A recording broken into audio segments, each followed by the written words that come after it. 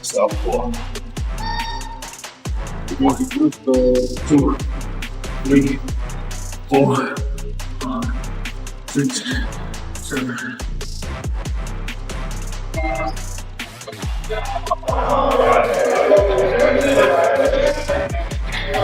But Francis Ngannou, who is a literal freak of nature. I mean, this guy grew up in Cameroon and was working in the sand mines when he was a child. Okay. Like a fucking Conan movie. Like full on, like yeah. this That's great exactly warrior. Conan's like pushing the thing around in a circle. Yeah. He's developing his body, digging the sand all day. He's supremely physically advanced. Looks fit. He's not just fit. He's the hardest puncher ever measured in all of MMA. There's a machine that we actually have outside at the gym.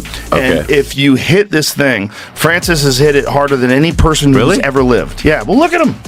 Look. Those guys. And the way he threw it, it was like a leg, like from the thigh, and then whipping that arm with the whole body behind it. Just full torque. I mean, it had everything. It had all the power. Now he's back, and Joe Rogan has a lot to say. Francis Ngannou has been quiet for a while, but nothing Joe had to say, and trust us, he didn't hold back about it. And recently, Joe Rogan saw the latest seeing. In today's episode, we're breaking down every clips of Francis training, and couldn't believe what he was. He sealed the deal. Dude, I've shook homeboy's hand, and it's like holding hands with a fucking cinder block. Let's see that again. Boom. See how he like comes up from the thigh and the arm whips up? Look at this. Wham! Man. Oh my goodness. And as he's punching, he's moving in position to punch a second time. Then he hammer fists him while he's out. Boom.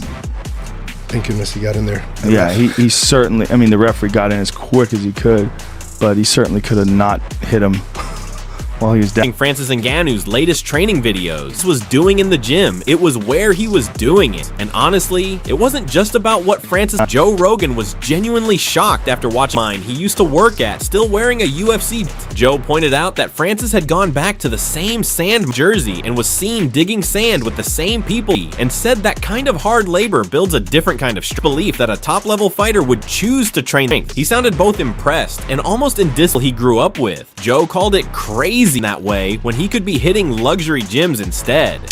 Francis even more impressive, right? Because he's natural. I mean, he's not even barely lifting weights. I mean, that guy's just a fucking gigantic super athlete. So that guy doesn't really lift? No. He's huge. He got that big from working in a fucking sand mine. Oh my God. This is, I mean, he literally is like Conan the Barbarian from the Robert E. Howard novels. Is he Nigerian? He is from Cameroon, I believe, right? I think that's where he's from. There's videos of him on his Instagram from yesterday of him back in the same sand mine, and he's wearing his fucking Reebok jersey with his name on the back of it, digging sand with all the guys he used to work with. Typical heavyweight, and what makes him even more. Joe then explained that Francis isn't to physical labor. Moving massive chunks of sand. Impressive is that he didn't get jacked by lifting and surviving tough conditions. Joe compared him to lifting weights. Instead, that size came from years and sculpted his body. And to top it off, Joe Conan the Barbarian, saying raw effort, not machine monster, showing that genetics play a huge role too. Joe mentioned how Francis's father was also built like a monster. It's fucking crazy, but that is hard labor. And there he is.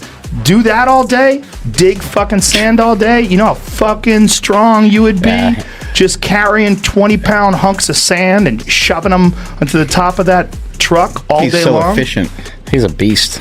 Well, he's got tremendous genetics. His father is built like him too. There's a picture of him on his Instagram when he was 3 years old, standing next to his father, and you look at his dad, you're like, oh. In wrestling and cardio, he pointed to the Stipe. Francis has a few weak spots, especially in wrestling. Conversation went deeper. Joe admitted to outsmart him by using a better fight IQ fight, saying Stipe was able to say this to bring Francis down. Instead, he made it clear that Francis is still learning and improving in his wrestling background. But Joe didn't still dominate with the right training, moving fast. He called him an incredible athlete with freakish power and heart, and someone who could baby.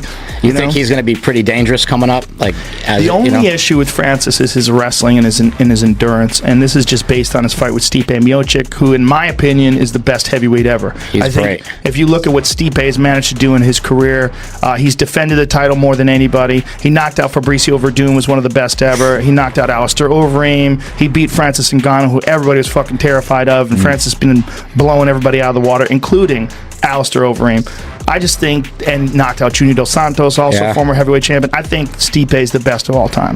So when, Stipe is able to beat you by using his wrestling and using his smarts and using his octagon intelligence and just his overall fight IQ. He brought up this crazy machine they use called the talks about Francis's power. He doesn't mess around. He said Francis holds the record for the most power cube that measures striking force. Even other powerful fighters like Tyrone Spong punch ever recorded on it, way above 1,000. Joe didn't even try to explain the number on it was 129,000 and proves that Francis is a different breed. He just said it's insanely high. He knows how to fight better. He's just got more tools in the toolbox. Francis can learn, and he's an incredible athlete, and what he has over everybody is power. He has more power in his punch. We have a machine out there called the Power Cube, and that machine, Francis registered the highest ever power punch by like 10,000 units, whatever the fuck that means.